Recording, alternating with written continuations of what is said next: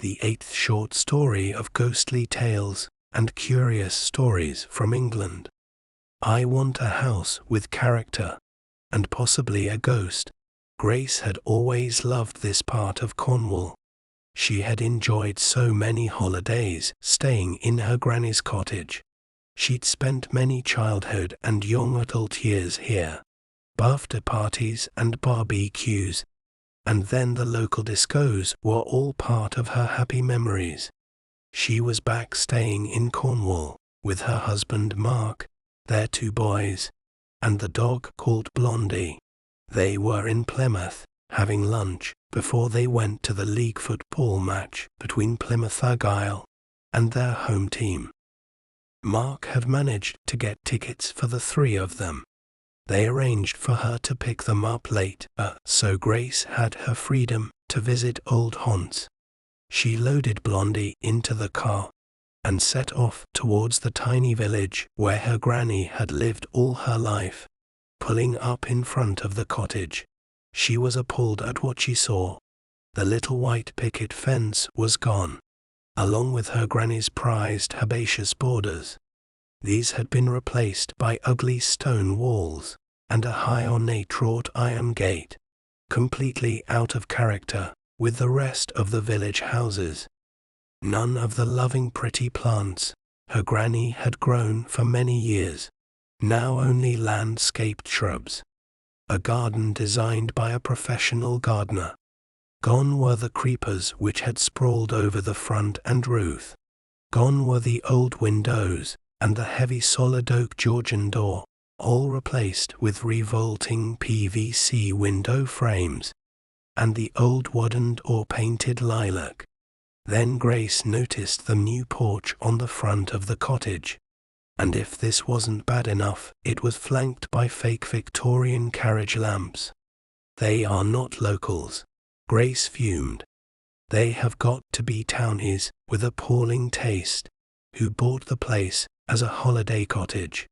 She didn't stay long, and wished she had never decided to visit her granny's lovely warm and traditional home. Grace had always wanted to buy a house in Cornwall, and she drove off to wander through the lanes, just looking. She thought to herself, she and Mark could live anywhere, as they were both self-employed, and didn't need a base. I want a house with character, and I don't mind if it has a friendly ghost, she told herself. Grace found herself at the top of a hill, with views in every direction. She could even see the sea away to the north. She let the dog out for a few minutes, while she breathed in the beautiful Cornish air. She had looked everywhere for the right house, her dream home, and was beginning to think it didn't exist, when she went round a corner, and there it was. Later, she asked herself, had it been an accident, or had the house found her? Ahead of her was a tatty and tired estate agent's board leaning precariously against a stone wall, announcing that the imposing property with several acres was for sale. The house itself was perched high up in the hills, with extraordinary views. Windswept fields, dotted with sheep, were between her and what looked like a farm away in the distance. Cloud shadows raced across the landscape and cast her into shade.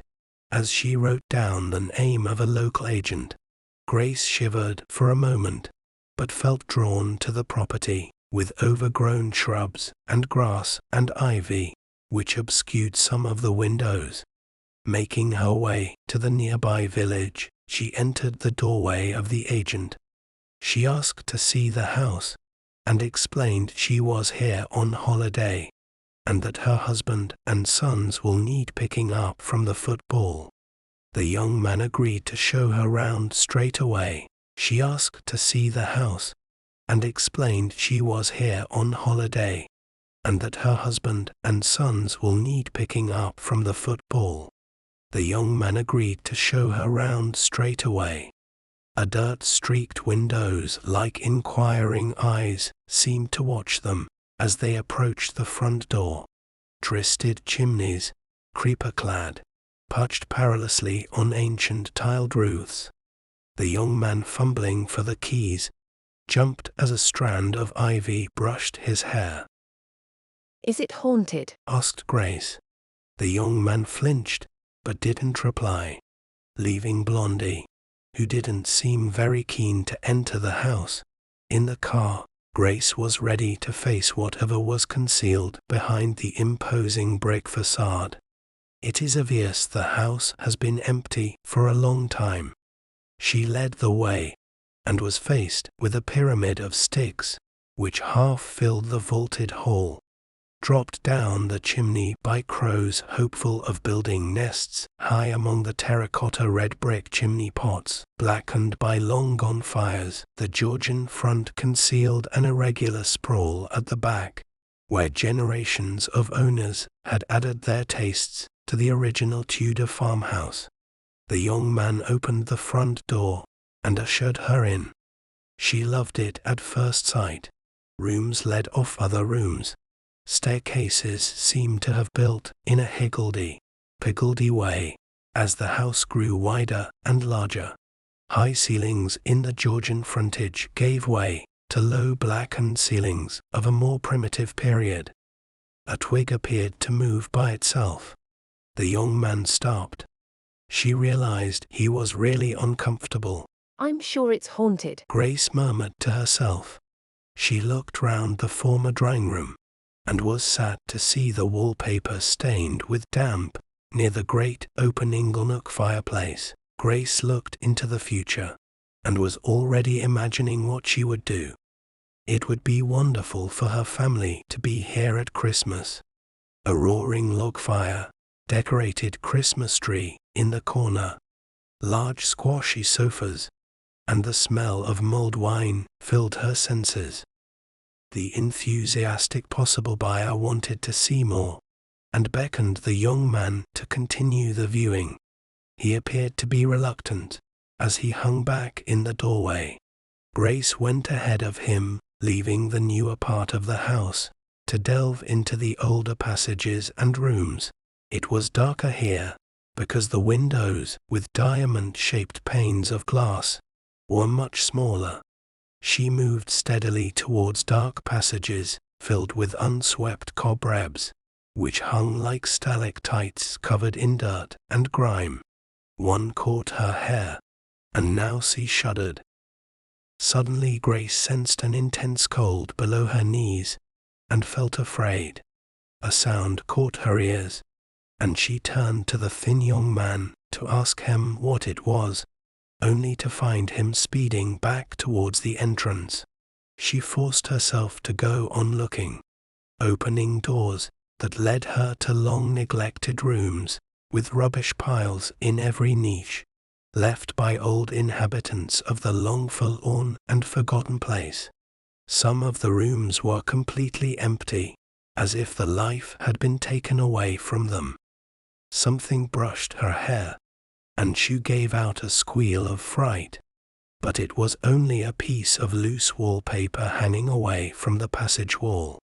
She wondered whether to copy the estate agent and go back to the safer part of the curious house, but for some unknown reason, she felt as if she was being drawn forward, pressing on and heading down dark and dirty passages where floorboards creaked under her feet, almost talking of friendlier days when people moved quietly about their work of dusting and polishing. Grace thought she could still detect the faint sweet smell of beeswax drifting on the air. "One more door and then I'm done," she murmured to herself as she reached for the latch on a heavy oak door. The door swung open easily as though the hinges were well oiled. A warm light emanated from the room, although no lights are burning, she murmured to herself as she reached for the latch on a heavy oak door. The door swung open easily, as though the hinges were well oiled. A warm light emanated from the room. Although no lights are burning, it is obviously a bedroom. But to her surprise, there was no dust or dirt anywhere.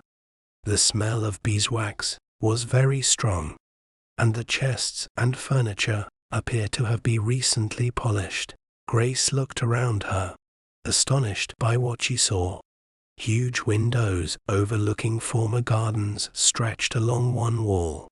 Sun shone into the room, making it feel inviting. The walls were covered with hand-stitched hangings and pictures, some of landscapes, and others portraits of family members. Against one wall was a bed, with hanging draperies, a little desk beneath a window. All seemed to be from another period. Dominating the wall above the fireplace was a picture of a very beautiful woman. As Grace looked at her, she got the feeling that the lady in the gilded frame appeared to smile and bid her welcome. Grace knew she had been there before, as she instinctively touched the unusual cross she was wearing. Strangely, it reminded her of the one the lady in the picture was wearing. Grace smiled back as she closed the door gently behind her, before heading back along the dusty corridors to where the young man was anxiously waiting. I love it. She said, But there is just one thing I would like to ask. Why is one bedroom filled with lovely furniture, and the others left to rot in damp and mold? And who is the lady in the portrait? The young man looked at her as though she had truly gone mad, and was a ghost herself. There are no rooms like that. They are all cold and dank and empty. Grace smiled and said, I'd like to make an offer. He looked incredulously at her. Why would anyone want to buy a house like this?